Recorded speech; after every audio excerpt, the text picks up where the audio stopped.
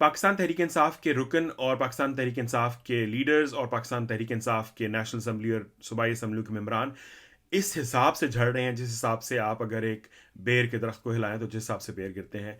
मसला सिर्फ ये है कि आजकल उसको कहा जा रहा है कि जी मैनिपुलेशन हो रही है और बड़ी जो है वो प्रेशर हो रहा है, जबकि 2018 में इसी के लिए एक बड़ी खूबसूरत टर्म इजाद की थी जनरल आसिफ गफूर और आसिम सलीम बाजवा और वो जो सारा हाइब्रिड मीडिया का मैनेजमेंट का निज़ाम था, विकेट गिरना।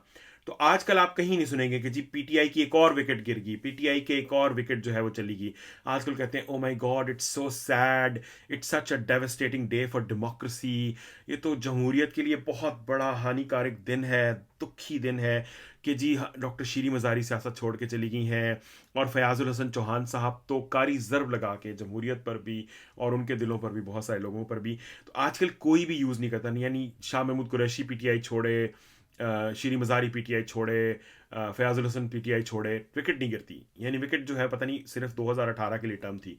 तो यानी ये जो एक डुप्लिसिटी है, जो मुनाफकत है और जो बेशर्मी है, यानी कि क्लियर कट कहा जाता है इंसान, यानी आप इससे अंदाज़ा लगा सकते हैं कि ये वो वाली जो एलीट अशराफिया है ये आज भी उसी खूंटे से बंधी हुई है, खाते ये उसी उसी से हैं। इनको उस वक्त ये सारी चीज़ें नज़र नहीं आती थी। यानी डॉक्टर शीरी मज़ारी, मुझे सबसे ज़्यादा यानी कि जो हैरत होती है और जो दुख होता है कि हमारा एक सियासतदान जो है वो बुनियादी तौर पे, सियासत कोई आम बंदे के बस की बात नहीं। सियासत में आपको बहुत सारे गट्स चाहिए, हिम्मत चाहिए, हौसला चाहिए। और जेल जाना कहा जाता है कि सियासतदानों के लिए एक नॉर्मल चीज़ थी।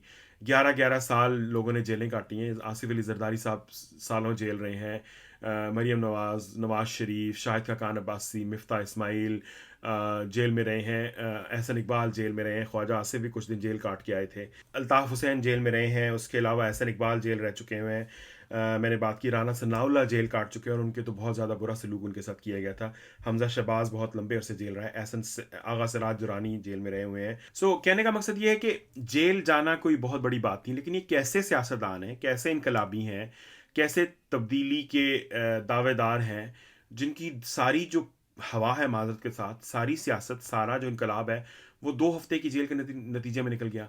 यानी जो मेरी मेमोरी में आता है कि पीपल्स पार्टी के कारकुन हो या नून लीग के कारकुन हो, मार मार के अधमुआ कर दिया। उनके ज़ख्मों की जो वीडियोस हमने देखी हुई हैं, मिले भी हुए हैं कई लोगों से, क्योंकि 2018 का सारा इलेक्शन का जो पीरियड है वो हम लोगों ने सारा कवर किया। लोगों की बाकायदा वीडियोस देखी हैं जिनमें आके कहते हैं कि जी हमें आके कहते हैं महकमा ज़राअत के लोग हैं, लेकिन असल में ये आईएसआई के लोग होते हैं। नून लीग के कारकुन आके पब्लिकली कहा करते थे कि हमें आईएसआई के लोग आके प्रेशराइज कर रहे हैं कि आप पीटीआई का टिकट लें और पीटीआई के लिए इलेक्शन लड़ें, वरना आज़ाद लड़ें, आप नून लीग का टिकट लेकर इलेक्शन नहीं लड़ सकते। लोग खुल के नाम लिखते थे। लेकिन ये कैसे इनकलाबी हैं जो कि मामूली से प्रेशर पे आके वीडियोस रिकॉर्ड कर रहे हैं, पाक फौज जिंदाबाद के नारे लगा रहे हैं, ये भी नहीं बता रहे कि उनको प्रेशर कौन डाल रहा है, कौन उनको पांजा फिट कर रहा है, कौन उनकी जलालत कर रहा है, कौन। ये कैसा इनकलाब है। और लीडरान का हालत ये है कि 2 हफ्ते गिरफ्तारियां, 3-4 दिन यानी कि दिन की टोटल गिरफ्तारी जो है, उसके बाद ही जो सामने हाथ सॉफ्टवेयर है वो अपडेट हो जाता है, वो पीटीआई छोड़ देते। तो मुझे समझ नहीं आती कि ये किस नज़रिए के तहत जो है वो काम कर रहे थे, कौन सा नज़रिया था जिसको फॉलो कर रहे थे, ये कौन सी जो इनकलाब की बातें थी जो कि इनके लिए जो तब्दीली लाना चाहते थे। तो हकीकत में जो जो ये चीज़ है वो यही थी कि ये सब अपॉर्चुनिस्ट का एक टोला था, जिसके पीछे हमारी वो अशराफिया थी जो बुनियादी तौर पे इस मुल्क के रिसोर्सेज पर और इस मुल्क के जो जो इक़्तिदार है उसके ऊपर जो उनका दहाइयों से कब्ज़ा है उसको मज़ीद स्ट्रेंथन करना चाहती थी।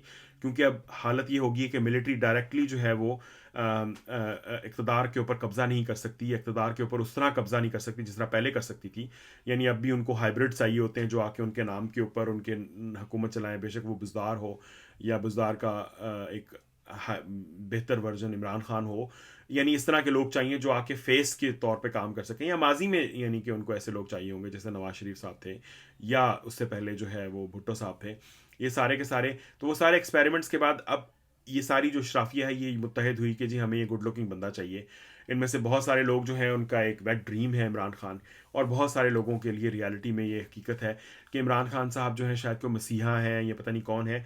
लेकिन इन रियलिटी ये वो एक थिंकिंग है, ये एक वो सोच है जो खदीजा शाह और वो जो दूसरी ख़वातीन हैं और जो दूसरे हजरात हैं जो आजकल आपको रूपोश नज़र आते हैं, उनका था कि हमें ज़्यादा पता है, ये बिरयानी खाने वाले या ये गधे का गोश्त खाने वाले, यानी जो तंज किया जाता था, ये पटवारी, ये जियाले, या ये अवामी नेशनल पार्टी के या मौलाना फजलुर रहमान के फॉलोअर्स, जिनके दिमाग जो हैं वो नहीं चलते और जो अक्ल से पैदल हैं, वटेवर जिस तरह की बातें की जाती हैं एक कॉन्डिसेंडिंग अंदाज में, इनको क्या पता कि सियासत क्या होती है, इनको क्या पता कि इमेज क्या होता है। जिस तरह मजाक उड़ाया जाता था कि मसलन अगर नवाज शरीफ ने कागज़ पे लिखा हुआ और वो उसके ऊपर से पढ़ के एक दुरुस्त बात कर रहा है, एक लेजिटिमेट बात कर रहा है, बजाय इसके कि इमरान खान की तरह जाके चबले मार रहा है और जर्मनी को जापान से मिला रहा है, उसका मजाक उड़ाया जाता था कि देखिए कितना हैंडसम है, उसकी चाल देखें, उसका स्टाइल देखें, पढ़ता कैसे है, यानी उसको ज़रूरत नहीं है पढ़ने की। यानी क्या ये बेहतर नहीं है कि आप इतने बड़े प्लेटफॉर्म पे अपने मुल्क को एम्बेरस करने की बजाय लिखा हुआ पढ़ लें, बजाय इसके कि आप क्या कहते हैं चबले मार के आए इंटरनेशनल प्लेटफॉर्म्स के ऊपर। और मज़े की बात है, आज वही लोग लिखा हुआ पढ़ रहे हैं। आज शीरी मज़ारी भी लिखा हुआ पढ़ रही थी, यानी कि माफिया जिन्होंने मंगवानी है और जिन्होंने आपको मक्खन में से बाल की तरह निकाल के बाहर करना, उन्होंने लिख के दिया, आप लिख के पढ़ें।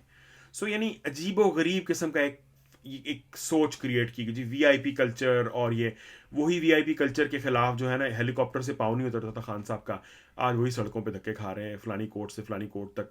तो बुनियादी तौर पे जो चीज़ थी वो ये थी कि एक शख्स की जो एक हेजमोनिक एम्बिशंस थे, उसको सपोर्ट करने के लिए एक पूरा का पूरा जो एक एलीट कल्चर है वो आपको नज़र आता है।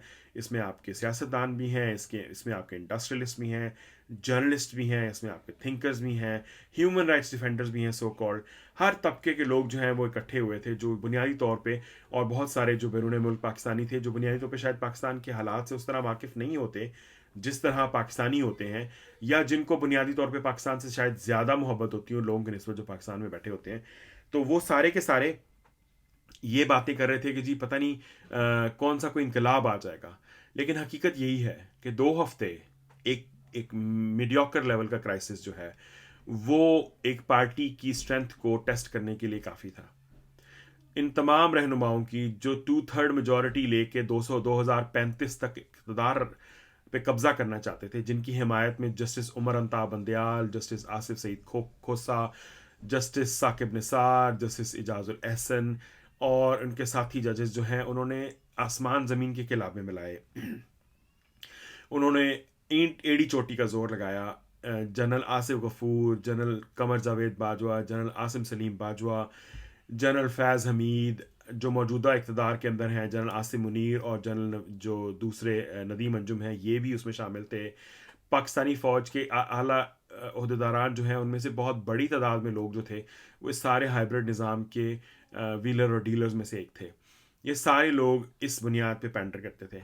इस सब के बावजूद वो सियासी जमात या वो जो एक इक़्तिदार का एक जो जत्था था, वो 4-5 दिन, ज़्यादा से ज़्यादा 20 दिन जो है उसका प्रेशर बर्दाश्त नहीं कर सका और डिसइंटीग्रेट हो रहा है हमारी आंखों के सामने।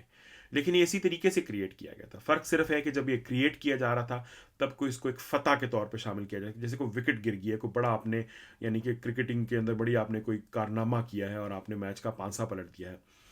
अब फ़र्क ये है कि जो लोटे लेके आए थे वो लोटे उनको अपनी मर्जी से लेके जा रहे हैं। मज़े की बात यह है कि मेजॉरिटी लोटे जो है पाकिस्तान पीपल्स पार्टी में लेके जाए जा रहे हैं, जिसके बारे में कहा जा रहा है कि अगला इक़्तिदार जो है वो उनके लिए लिखा हुआ है, उनके लिए तैयारी की जा रही है कि बिलावल भुट्टो साहब वज़ीर आज़म होंगे और इक़्तिदार उनको दिया जाएगा जिस हिसाब से लोटे जा रहे हैं, आपके साउथ पंजाब के लोटे जा रहे हैं और दूसरे लोग जा रहे हैं। सो अब यानी कि ये एक बहुत अफसोसनाक सिचुएशन भी है, लेकिन ये रियलिटी भी दिखाती है। प्रॉब्लम सिर्फ ये है कि यूथियों का दिमाग जो है वो 2018 से जागा है। उनकी मेमोरी, उनकी डेमोक्रेसी की वैल्यूज़, उनकी जो ह्यूमन राइट्स के जो रग है वो 2018 के बाद फड़कना शुरू हुई है। उनको अब अंदाज़ा होता है कि ह्यूमन राइट्स क्या हैं, इंडिविजुअल राइट्स क्या हैं, जर्नलिस्ट के राइट्स क्या हैं, आपकी आज़ादी इज़हार राय के रूल्स क्या हैं, मुकदमा जो है वो चला के गिरफ़्तारी क्यों नहीं की जा सकती, या बग़ैर मुकदमे की गिरफ़्तारी क्यों गलत है, मिसिंग पर्सनस क्यों रोते हैं, क्यों अपने प्यारों के लिए धक्के खा रहे होते हैं। इमरान रियाज जैसे जो कहा करते थे कि अगर मिसिंग पर्सन हुआ तो यकीनन उसका अपनी खामी होगी, वो किसी दुश्मन के लिए काम कर रहा होगा, उसने उठा लिया, या दुश्मन हमारी एजेंसियों के खिलाफ बकबक कर रहा होगा तो उन्होंने उठा लिया, नहीं तो उसने अपने आप को खुद ही गायब कर लिया। तो अब क्या ये जायज़ होगा मेरे जैसे बंदे के लिए यहाँ बैठ के सोचना कि इमरान रियाज ने अपने आप को खुद गायब किया हुआ है ताकि वो लोगों की हमदर्दियाँ समेट सके, ताकि वो इंटरनेशनल एनजीओज़ और डोनर्स से फंड्स ले सके? क्या ये कहना दुरुस्त होगा? तो मैं ये समझता हूँ कि ये एक बहुत ही अफसोसनाक किस्म की सिचुएशन है। लेकिन ओवरऑल जो प्रॉब्लम मुझे नज़र आता है वो ये नज़र आता है कि यूथियों को अभी भी अक्ल नहीं आनी।